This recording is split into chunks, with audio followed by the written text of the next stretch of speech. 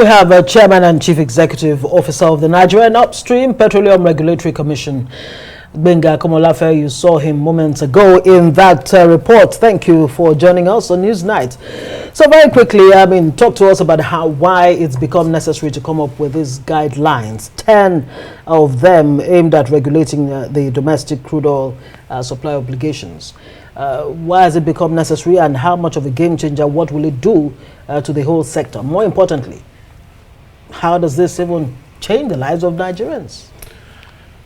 Okay, thank you very much. For me to start with, I think coming on with the template, like you said, is a game changer in the sense that it's the first time we're experiencing this as a nation, given the fact that for over, let me say, 7 decades of exploration and production, our upstream has been designed in a manner that we've not been adding adequate value to the midstream and downstream of our oil and gas sector.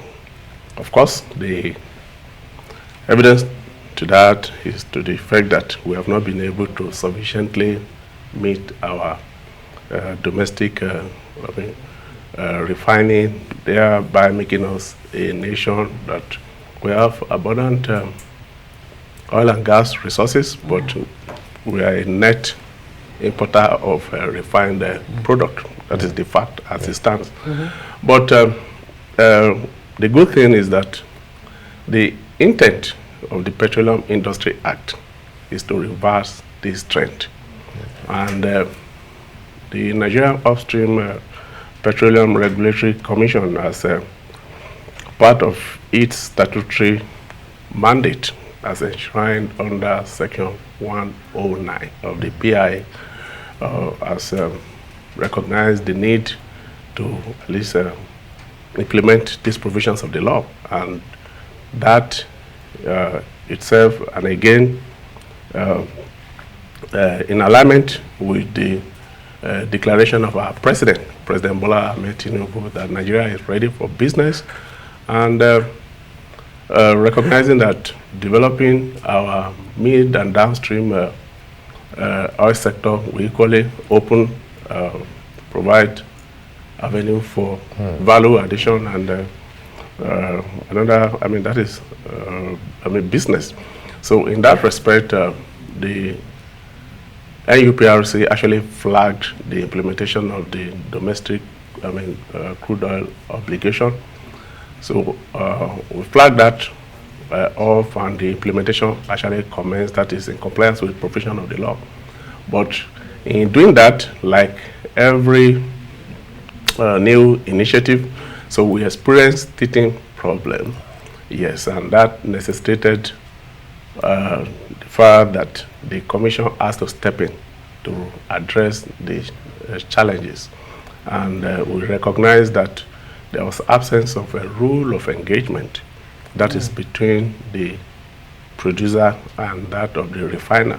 So we stepped in by actually put in place a rule of engagement, which the template actually represents. You know, it's been a busy one, more so since the change in name and since you came on board, helping to drive this process. And perhaps this is the time for us to see how we can break it down to the everyday man's language, former DPR, now NUPRC, which makes it bigger and more encompassing. Let's talk about the business aspect, which you tried highlighting by bringing the president's mandate for Nigerians. How does these, how do these rather help better business that will ultimately translate into good players within, and even those who are outside that would want to be a part of this new NUPRC deal? Yes, of course, implementation of the domestic crude obligation in a manner opens an avenue for that is new investors in the mid and downstream business. Yes, of course, the rule of engagement that we have provided now means that players will need to play according to the rules of the game. So what we realized was that both the producer and the refiner, at inception when we started the program, could not understand the rules of the game. Okay. Fundamentally, trading in crude is not a local thing. It's an international. It's dealt with in line with international standard. So, but the parties need to play in line with the rules of the game. So, like I said, what we've now done as a commission is to actually define, put in place a robust template that will make the implementation to be seamless.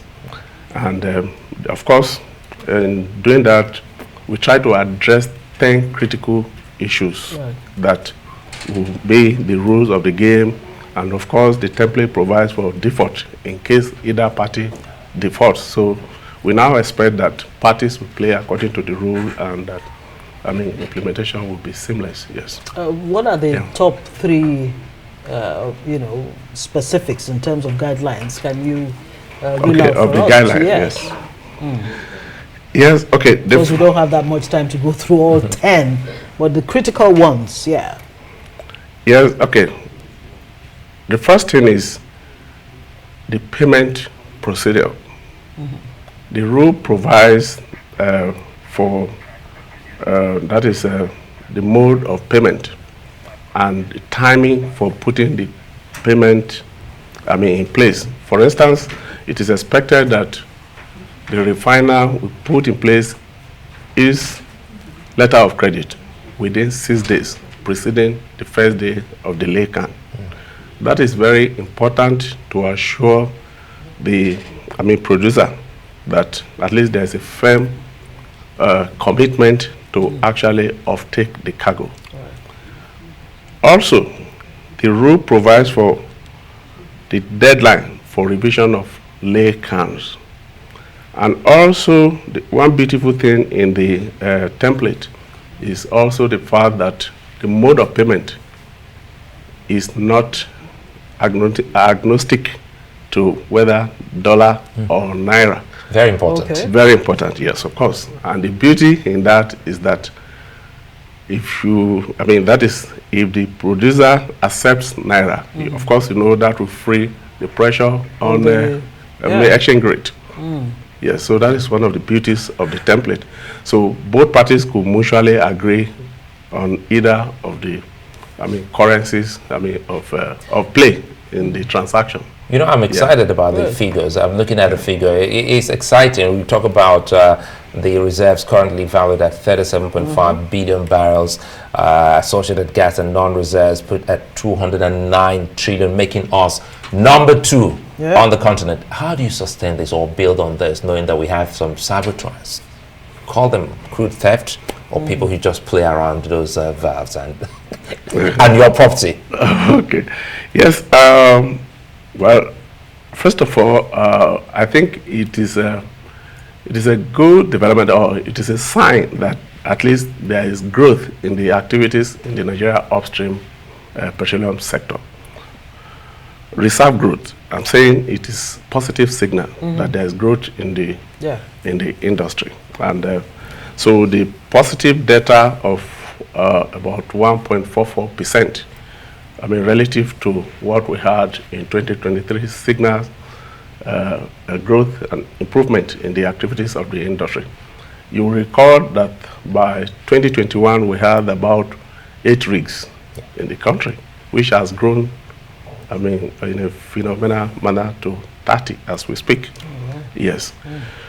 So again, I want to say that the growth again is equally a manifestation of the different initiatives that the Commission as a regulator has put in place since the period of inception. For instance, unlike before, now we are closely monitoring the work program of the operators. We are monitoring closely, that is the financial viability of the operators to ensure that capable operators play in the industry. And of course, we try to automate our processes. There's adoption of technology for enhanced oil recovery. We try to identify the shorting wells for workover that are candidates for immediate re-entry. But largely, within the time we came on board, remember we concluded the marginal fields, so those brown fields, a lot of them are coming into play and they've added to the reserve in the country, yes. Fantastic. I mean, it's good. It sounds like music to the ear. But let's talk about oil theft. Let's stay on that a little. Yes. I mean, oil theft has dealt, really bad blow on Nigeria's output. But there are about nine private security outfits that were appointed to man, to check oil theft and what have you. But one particular one seems to stand out a lot. I mean, it's usually this particular one that we hear about mostly. Why is that? Is it is it being favored or given more tools to work with? What exactly is happening in that sector, both in checking oil theft and how much difference it has made so far?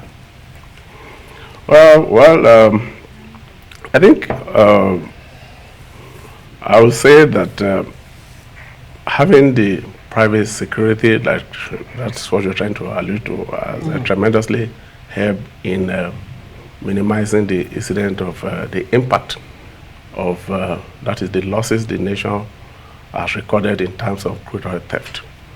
And of course, the efforts of the security forces. So of course, you can imagine without that, where would have been as a nation. So we've witnessed, drastic reduction, you understand, in terms of volume of crude oil losses, to say that much, I will say. And aside those kinetic efforts that are being made and that is impacting positively in reducing the impact of crude oil theft, is the fact that for us as a commission, we have equally, we are equally making efforts in terms of the non-kinetic aspect of combating crude oil theft. That is to actually complement the kinetic effort. So the commission at the moment is equally putting in place, that is, measures to ensure improvement in the hydrocarbon accounting in the nation. Yeah. What specific, things are you putting in place that you putting out there will not jeopardize your efforts? Yeah, in specific terms, what are those measures that you're taking to even ensure that, these numbers continue to go up for Nigeria? Yeah, like I said, accurate metrics of your production is very important. Okay. Yes, it's as important as ramping up, increasing the production.